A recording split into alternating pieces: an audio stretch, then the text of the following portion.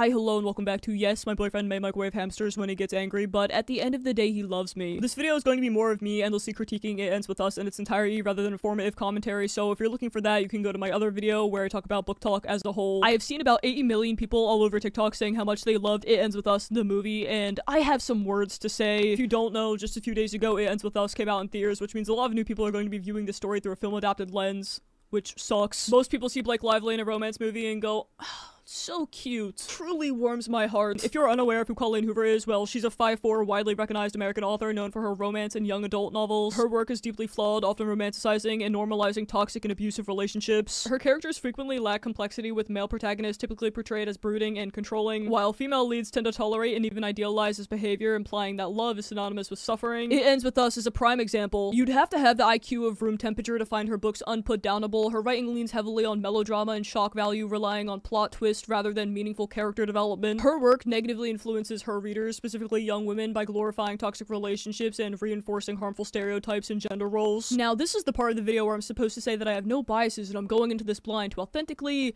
criticize Colleen's work.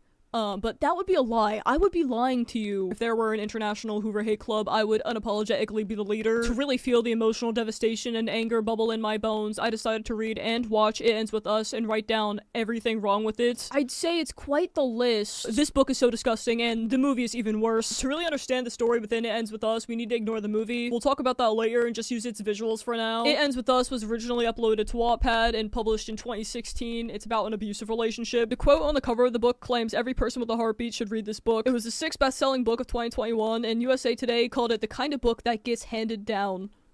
Interesting. The book draws a lot from Colleen's own life, especially with her mother's experience in an abusive relationship. Colleen makes it clear that this book is a departure from her usual work. It's not just about entertainment. She wants to tackle more serious issues and really dig into the complexities of domestic abuse. Despite that, the book has been marketed as a love triangle, and Colleen uses Ryle's abusive behavior as a plot twist. She even says in her author's note, "In the past, I've always said I write for entertainment purposes only. I don't write to educate, persuade, or inform. This book is different." Yet the format doesn't stray far from what she typically writes. Even though Colleen insists that this book is different, I seriously hope that nobody takes this piece of fictional drama as something informative or educational. It's more of a how-to guide for pro-abuser propaganda. On top of that, Colleen has made it known that she's not a fan of trigger warnings. As a fellow reader with my fair share of past experiences, I understand that there are issues some people do not want to read about. But as a writer, there are many things I don't want revealed in the blurbs of my books. How irresponsible and inconsiderate can you get? She might skip out on the trigger warnings, but I won't, so if any of this bothers you, it's probably best to dodge this one. Before we get into the cliche, overdone plot, let's go over the characters and just some quick gripes I have with them that we'll fully dive into later. Lily, our obnoxious protagonist, who's the quintessential not like the other girls type, complete with red hair, a love for gardening, and an inexplicable obsession with Ellen DeGeneres. Ellen DeGeneres, the voice of Dory. Ellen isn't just a passing reference, she's practically the 4th main character. Was this book secretly sponsored by Ellen? The amount of Finding Nemo references is off the charts. Lily is so obsessed with Ellen that she writes her journal entries addressed to her. Her full name is Lily Blossom Bloom, and she runs a florist shop. So original, Colleen. Vile Ryle, the hot, intelligent, rich neurosurgeon with a troubled past and a temper that flares far too easily. He's the central love interest and, disturbingly, also the domestic abuser we're supposed to be rooting for. His character is remarkably shallow, and the romanticization of his abusive behavior is deeply problematic. The attempt to portray Ryle as a complex character falls short, as his abusive tendencies are never actually addressed, leaving his actions without meaningful resolution. What's even more disturbing is some cohorts still perceive Ryle as redeemable. Did we even read the same book? Atlas, Lily's childhood friend turned love interest, who was 18 while she was 15. Naturally, he's the knight in shining armor, because apparently to Colleen, women empowerment means to be saved by a man. Atlas is part of a subplot that feels like it wandered from a completely different book, distracting from what should be the main focus, domestic abuse. The romantic angle between Lily and Atlas feels like an unnecessary detour, just another way for Colleen Hoover to squeeze in her signature romance tropes. It ends up diluting the impact of the serious issues the story is supposed to address. Devon, stereotypical gay best friend portrayed with all the subtlety of a guillotine, overly touchy and invasive, because why not lean into harmful stereotypes? Devon is described as the gay bestie who knew of no personal space, a tired trope. At one point, he even crosses a major line by pulling down Lily's bra without her consent and touching her breast, which is all excused because he's gay, because you know gay people are always doing that. Devin comes across as someone who has no respect for women's boundaries, and the way that the scene is written is more like he's sexually harassing her than being a quirky friend. So no, this isn't representation or breaking stereotypes, it's just offensive. Thanks, Colleen. I also just think Colleen is scared of gay people, or at least making her character seem gay. There's a direct quote where Lily asks, "Has a boy's voice ever done that to you?" Oh, sorry, I meant a girl's voice. So annoying. Just say a person's voice and move on, but no, Colleen had to clarify. Guys, please don't think my character's gay. That would be so lame. Alyssa, Lily's extroverted, obliviously rich, and relentlessly caring best friend. Also, Ryle's sister. That's it. I don't really care about her. I interject. Real quick, I want to say a big thanks to Audio Reads for uploading the audiobook for this godforsaken shit show of a story. Without them and some comfortable ass earbuds, I would have never made it. Speaking of, let's talk about one of my absolute must-haves for this fall, Raycon's everyday earbuds. I have a confession. I own other earbuds. I know, crazy, but there's a reason I keep reaching for these every day. And that's because they aren't just for listening to music. They're packed with so many features that make them perfect for literally everything you do. Like active noise cancellation, because sometimes you need to drown out the sound of the construction workers that sound as if they're recreating the Eiffel Tower in your backyard. This may be only a me problem. Most of us are in the same boat with it being back to school season, and if you're anything like me, every device that you own is completely dead 30 minutes into class, which is why I'm super hype about Raycon's new quick charge function, because who has time to sit around? Just 10 minutes of charging gives you 90 minutes of battery, which is kind of crazy. Whether I'm editing videos, studying, or listening to audiobooks, these earbuds fit so snug and secure, I sometimes even forget they're in there. No more constantly adjusting or worrying about them falling out. And if all of that sounds good to you, Raycons will sound even better. By ordering from Raycon, you're not only getting an amazing product, but you'll also be supporting the channel. Click the link in the description box below, or go to buyraycon.com/cybernoob to get 20 to 40% off your Raycon purchase. Plus free shipping. The book starts with Lily's father that just died. She's sitting alone on the rooftop of some random building, trying to find peace by gazing at the stars. Only 4 sentences in, and she drops a bizarre joke about people who jump off roofs to commit.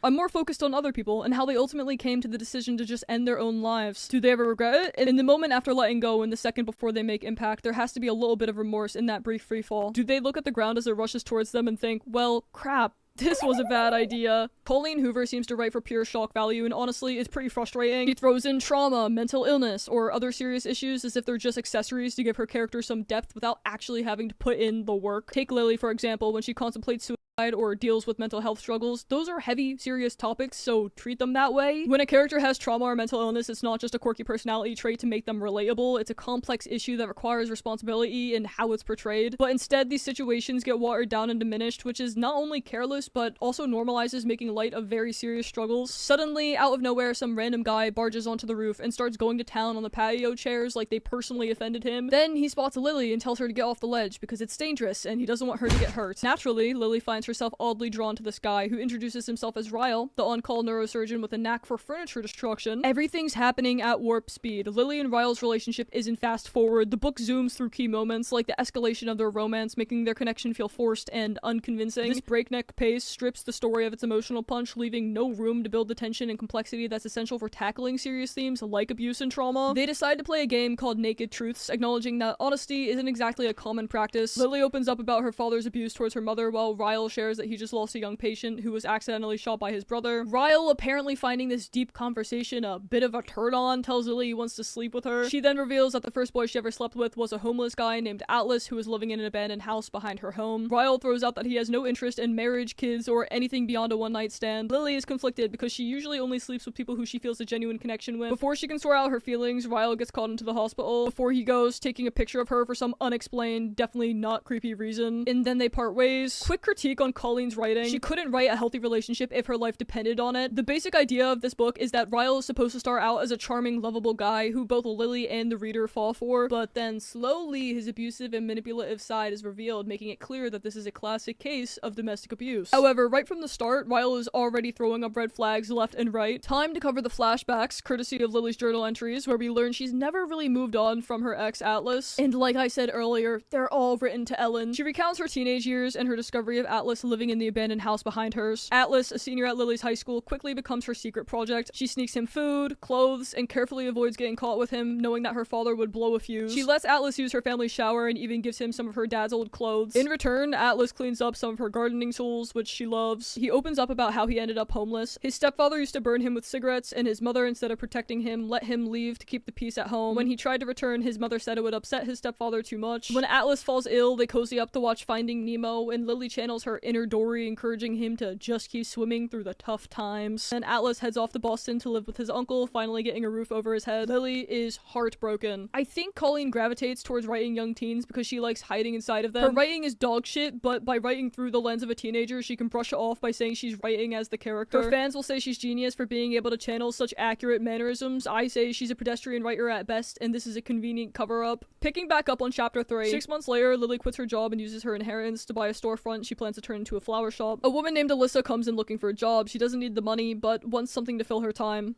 Lily explains her vision for the shop. She wants it to be bold, dark, and unconventional, nothing like other flower shops. Alyssa loves this idea, and they quickly become best friends. What is this place going to be? A flower shop.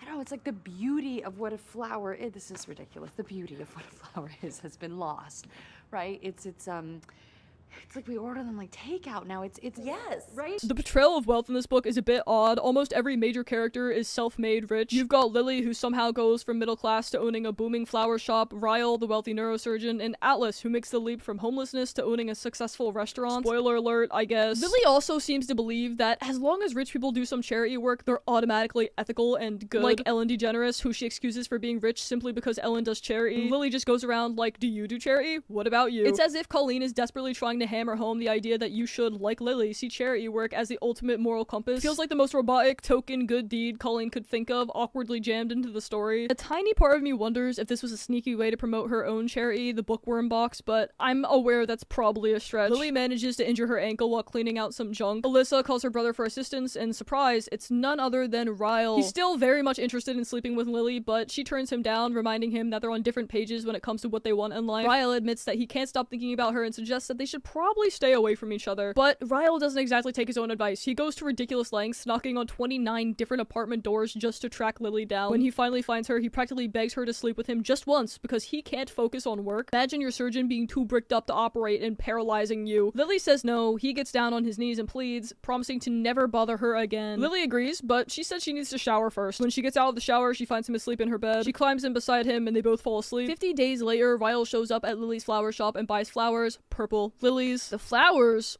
are for Lily, and on the card he writes, "Make it stop."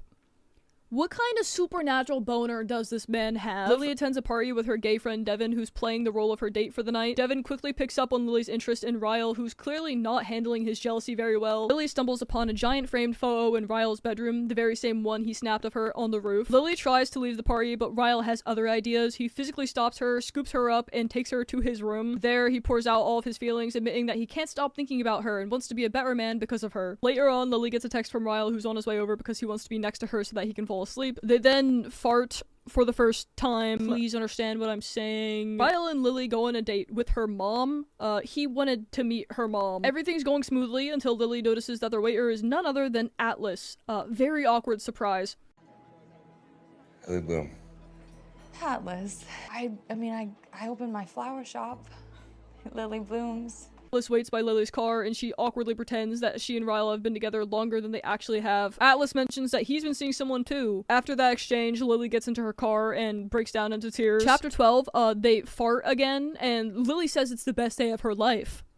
Yeah, that's it. Lily is making dinner for Ryle. It's a casserole, but she forgets about it, and the kitchen quickly fills up with smoke as it burns to a crisp. Ryle, the dumbass, reaches his hand into the oven without an oven mitt and burns his hand, then dropping the glass pan, shattering it everywhere. Lily can't help but laugh about how absurd the whole situation is. Ryle, not seeing the humor, angrily runs his hand under cold water, but Lily keeps laughing. This only fuels Ryle's frustration more, and he ends up pushing her, causing her to fall and hit her head on the cabinet. He yells about his hand, but then almost as quickly switches to apologizing profusely. Lily's like, it's whatever. And then they both say they're in love. During another dinner to the same place, may I mention, Atlas notices Lily's head injury and Ryle's bandaged hand. and it doesn't take him long to connect the dots. He threatens Ryle, making it clear that if he ever lays a hand on Lily again, he'll personally make sure Ryle loses that hand. Later, Alice stops by Lily's flower shop, slipping her his phone number and telling her to reach out if Ryle ever hurts her again. He also gives her a gift he's been holding on to, a copy of Ellen DeGeneres' autobiography, complete with a personalized message from Ellen herself, encouraging Lily to just keep swimming. Finally, for the final journal entry about Lily and Atlas's past. Atlas returns from Boston to surprise Lily on her 16th birthday, promising that once his life is sorted out, he'll come back for her. He gives her a magnet that says everything is better in Boston, and they fart for the first time, which Lily describes as the best day of her life. However, things take a dark turn when her father overhears and storms into her room, attacking Alice with a baseball bat. Writing to Ellen doesn't offer Lily the solace it once did, so she decides to quit journaling altogether, never picking it up again. In the present day, Lily acknowledges that she still loves Atlas, but is trying to focus on her relationship with Ryle. Everyone adores Atlas, yet wasn't he an 18-year-old having relations with a 15-year-old? That little detail seems to get conveniently brushed under the rug. While Lily is in the shower, she hears crashing and slamming noises. Ryle has found the note with Alice's phone number, and in a fit of rage, hurls Lily's phone against the wall. Terrified that he's either going to hurt her or leave her, Lily chases after him as he storms downstairs. Ryle pushes her down the stairs, causing her to tumble and lose consciousness. When she wakes up, Ryle is tending to her injuries, insisting that she simply fell. When Alyssa notices Lily's injuries, she insists that Ryle explained what happened. He reveals that when they were kids, he accidentally shot and killed his brother, Emerson. The tragedy devastated him, and he still admits that sometimes the anger still consumes him, making it impossible to control his temper. Despite everything, Lily forgives him and tells him that from now on, whenever he feels the anger rising, he needs to walk away rather than risk hurting her again. Lily remains on edge about Ryle's temper, especially when they argue again. This time, it's about his desire to move to Minnesota for a job at a top hospital, while Lily is adamant about staying in Boston. Ryle storms out to cool off, and when he returns calmer, Lily reassures herself that staying with him was the right choice. Ryle is depicted as the poor little misunderstood abuser from start to finish. There's some things to be said for showing the complexity of these situations because they are undeniably complicated, but that's not what happens here. So domestic abuse absolutely should be portrayed in literature, but it also needs to be unequivocally condemned. And that just didn't happen in this book. Ryle surprises Lily by buying her an apartment in Alyssa's building without consulting her, which leaves her feeling uneasy. When Lily comes home, she finds Ryle standing in a dark kitchen holding the Boston magnet that Atlas gave to her on her 16th birthday. Ryle asks her about the magnet, and Lily, not wanting to upset him, tries to dodge the truth. But Ryle becomes increasingly insistent, pulling her hair when she tries to avoid the topic, and she tells him that he's hurting her. Ryle then demands she read a newspaper article he found about Boston's best business, which includes Atlas's restaurants. The article reveals that Atlas named his restaurant Bibbs, short for Better in Boston, as a tribute to a significant woman in his life. When Lily tries to escape the bedroom, she discovers her old journal lying on the bed. As their confrontation spirals out of control, Ryle becomes violent, trying to force himself on Lily as a twisted way of proving his love. Lily bites his tongue, but Ryle retaliates by headbutting her, knocking her unconscious. Bleeding and terrified, Lily can't find her keys and is unsure of who to turn to. Finally, she decides to call Atlas, having memorized his phone number for emergencies. Atlas carries her to the car, and they head to the hospital. In this book, Ryle is framed not as a bad person, but a person who does bad things. Now, this line has been rattling around in my brain for a while. Was it Colleen's clever way of showing how Ryle manipulates Lily into seeing him in a sympathetic light, or does Colleen actually buy into this idea? Because let's be straight, Ryle is a bad person, an irredeemable abuser. I get that it's not always easy to slap a good or bad label on someone, it's a bit more nuanced than that. But when someone tries to horrifically assault another person and then guilt trips them using their own trauma, yeah, that's pretty clear cut. Colleen tries to muddy the waters by mentioning that Ryle donates to charity, as if that's supposed to make us feel conflicted. Is there a big add charity button on Colleen's desk whenever she's feeling lazy? And yet, despite Ryle's attempt to Lily, there are still people out there defending him. I can't wrap my head around that. Atlas stays by Lily's side in the exam room where the nurse asked if she was...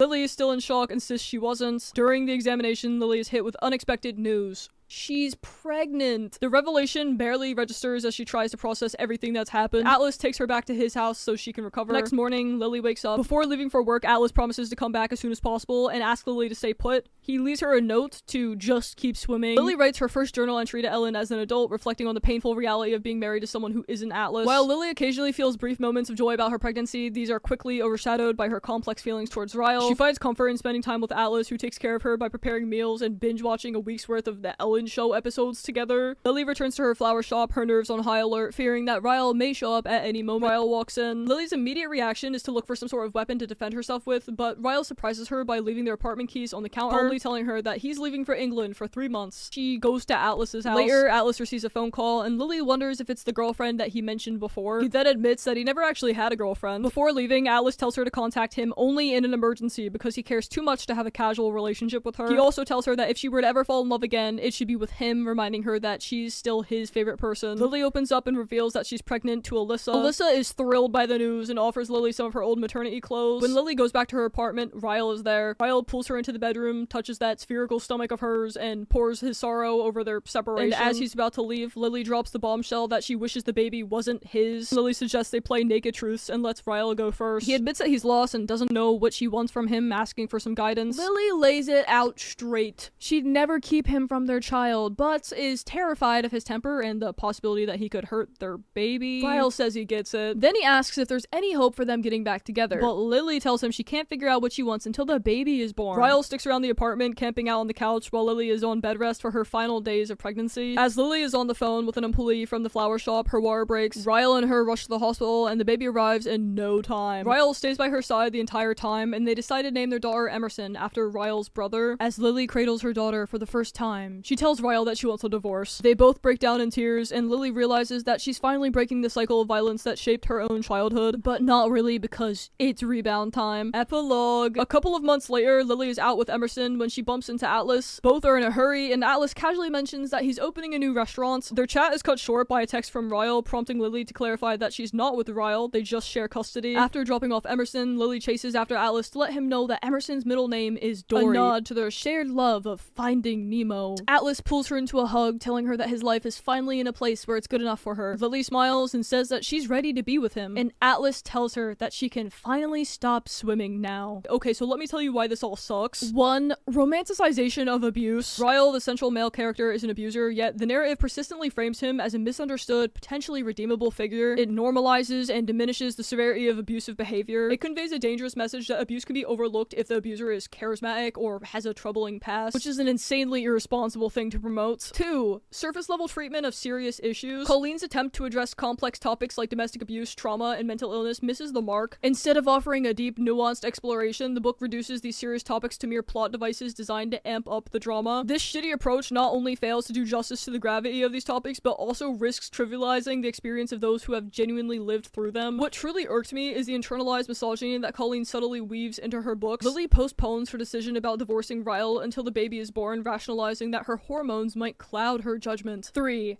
Inconsistent and unbelievable characters. The characters in this book are so inconsistently written that they're hard to connect with or even believe. Lily, our protagonist, is initially portrayed as a strong, independent woman, yet she repeatedly makes decisions that completely contradict this image, like staying with Ryle after the first incident of abuse. This book doesn't elaborate enough into her motivations, making her actions feel unconvincing. Ryle's character suffers from similar problems. He's poorly developed with no convincing explanation for how he swings from being loving to violent, leaving us with an incomplete and unsatisfying character arc. Ryle was clearly written to be mysterious, attractive, and desirable to readers, but I didn't feel any of that throughout the entire book. Instead, he came across as weird and creepy, especially with how he begged Lily for a one-night stand in the most appalling way possible. It's obvious that this spontaneous interaction was meant to make Ryle appear attractive. Ryle was intended to be portrayed as having an intense, unyielding love for Lily, giving readers a reason to understand to why she might stay in the abusive relationship. But instead, I'm just confused and grossed out. 5. Contradictory messaging. She claims that the book aims to raise awareness about the complexities of domestic abuse and the challenges of living in an abusive relationship. However, the narrative undercuts this message by ultimately showing Lily and Ryle maintaining a co-parenting arrangement with shared custody. This decision feels like a betrayal of the book's supposed message that the cycle of abuse should be broken, as it implies that abusers can continue to play a role in the lives of their victims and children without facing significant consequences. If the point of the story was to give readers a deeper understanding of why women stay in abusive relationships, it feels completely counterintuitive to have Lily end up with Atlas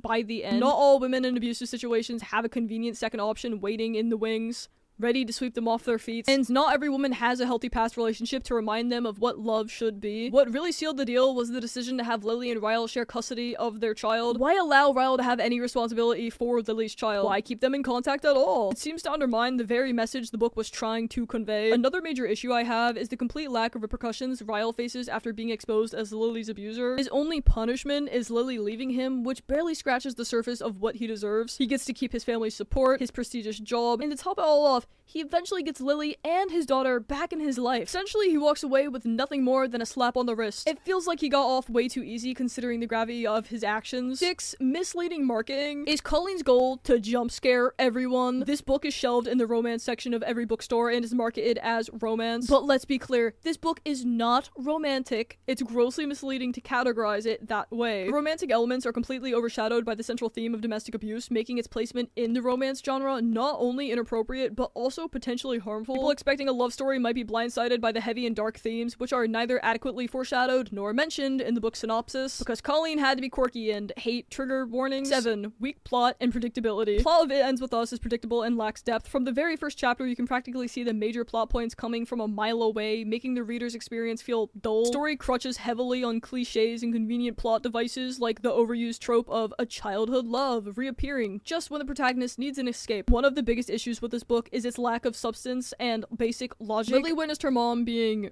by her dad, a very traumatic event by any standard, but did she seek therapy? Not at all. She cried for a day, and then like magic, she's fine in no time. This is serious trauma, and it's hard to believe that Lily would never need therapy or show any signs of PTSD. Instead, she just seems to brush it off, which trivializes the very real and lasting impact of abuse. There's also no reason for the author to randomly toss in a grab bag of serious topics. Homelessness, guilt, abuse, suicidal thoughts, without going deeper into any of them. It feels like these issues are thrown in just to make the book more emotionally charged, but without the necessary depth, it comes off as forced and shallow. Not to mention the lazy and uninspired way Colleen chose to reveal Lily's past with Atlas through those painful, dull letters to Ellen. Reading through them felt like a drill gun to my forehead, and Ryle finding them was the most predictable plotline ever. It was obvious from the start that Ryle would stumble across these letters. 8. Exploitative use of trauma. The book gives the unsettling impression that it exploits serious issues like domestic abuse for shock value rather than treating them with the sensitivity they deserve. By using these heavy themes to create emotional drama without offering any meaningful resolution or deep exploration, It Ends With Us feels more like a sensationalized melodrama than a sincere attempt to address the realities of abuse. Who in their right mind thinks it's okay to force a love story onto a narrative centered around domestic abuse? I understand that Colleen Hoover writes for shock value, but this approach is incredibly distasteful. If you're going to tackle domestic abuse in a book, you need to treat it with the respect and sensitivity it deserves. Instead of that awful epilogue, I think Colleen should have included a page explaining the cycle of abuse and how it was depicted throughout the story. A conclusion clarifying that if you find yourself sympathizing with Ryle, you need to reconsider because everything he did was calculated. Now onto what you're probably most curious about, the key differences in the movie adaptation, and the big question, is it any better than the book? Well, brace yourself, because the answer is no, it's actually worse. First up, so many key plot points were changed. The film makes significant changes, altering or deleting pivotal scenes from the book, and I mean so many key plot points. For instance, the magnet scene, which plays an important role in the book, doesn't make it into the movie. The magnet scene in the book is a pivotal moment symbolizing Lily's deep connection with Atlas and the hope they share for a better future. By leaving this scene out and changing Atlas's restaurant name from Bibs to Root, the film loses a key symbolic element. The magnet isn't just a physical object, it represents Lily's internal struggle between her past with Atlas and her present with Ryle. Removing this symbol diminishes the narrative's emotional depth and undermines the significance of Lily's memories and experiences with Atlas. Also, Ryle's abusive behavior is portrayed differently, with certain scenes like the casserole incident being modified to create different context or intensity. The first instance of Ryle's abusive behavior in the book involves him hitting Lily after she laughs at him for burning himself while taking a casserole out of the oven. In the movie, this is swapped for frittata? It's like some Italian thing with eggs. The scene is altered so Lily doesn't laugh at him, and the way it's shot adds some ambiguity about whether Ryle's action was intentional or just an uncontrolled reaction to the pain. In the book, the abuse is unmistakable, leaving no doubt that Ryle's actions are inexcusable. By making the incident unclear in the movie, the adaptation risks downplaying the severity of Ryle's behavior, potentially leading new viewers to question whether the abuse was intentional. This inadvertently contributes to the dangerous misconception that abuse can sometimes be unintentional or forgivable. I understand that adapting a book into a movie requires condensing and tweaking certain elements to fit the format, but these changes don't help, they make things worse. The book already has enough issues with relying on flimsy plot devices and presenting a deeply flawed portrayal of Ryle, so why double down on that in the movie? And Colleen, dude, you had a golden opportunity to address the problems you created in the book, and instead of fixing these issues, you made them worse. It's frustrating to see a chance for improvement squandered, only to end up with a film that exacerbates the very flaws that needed correcting. Some other things that are altered are the character ages, Lily and Ryle's relationship development, the role of Ellen, and what happened to Emerson. Let's talk about the relationship development. The movie also speeds up the sensual tension between Lily and Ryle, which is crazy because it's already going at the speed of light in the book. I feel like by rushing this progression, the film fails to capture the gradual erosion of boundaries and the insidious creep of manipulation and control elements that are central to understanding the psychology of abusive relationships. Ending notes. Colleen Hoover is probably the last person who should be publishing a book or movie like this. Her fan base is clearly young and easily influenced. This is not the audience that should be exposed to the romanticization of abuse. This story is based on her mother's abusive relationship, yet the amount of shameless profit-seeking she's done with this book and all of its spin-off projects are disgusting. If this story holds that kind of personal significance, how does it make any sense to turn it into a half-assed cash grab? She's been rehashing the same boyfriend formula for a billion years now and still can't get it right. Every book she's ever written is predictable. Her groundbreaking beloved stories always turn out to be disappointing pieces of benevolent sexism and shitty pacing. She's less of a romance writer and more of a factory churning out copy and paste carbon copies of the exact same thing she's done before. Her books are written for girls who don't know any better about dating and women who yearn for toxic men because that's what popular media tells them they deserve. To anyone who defends her by saying, well, some people like to read dark romance, what's wrong with that? One, that's a different discussion, and two, that's not Colleen's intention. I'd have far less complaints if it were. My issue is that it's misleading. She's capitalizing off of a fake narrative and reaping the social benefits for claiming deep motivations behind her work. It Ends With Us is meant to spread the vital message of for women to feel empowered and men to be better. But also, in another breath, the books she writes have no intentions. Colleen's books aren't marketed as toxic romance. They're supposed to be pieces to adore and empower women. I don't care what you read, just know that when you're reading this, you're not being represented in an uplifting way. You're being painted as a docile pushover for whatever unlovable man Colleen Hoover dreams up next. She is not an advocate of feminism. She's a woman-hating clown that writes severely malnourished novels for entry-level readers and white moms who own chia pets. Those are all of my feelings on both the book and the movie. Sorry for the lack of face cam today. I've been doing horrible as always. Unfortunately, I keep having my ass eaten by the bad luck monster. My Twitter is here if you want to argue with me or hear about how I'm Batman. Please don't tell anyone. And here's the gram that I never promote. Yes, this video may be dramatic and poorly written, but so are all of Colleen's books. Bye.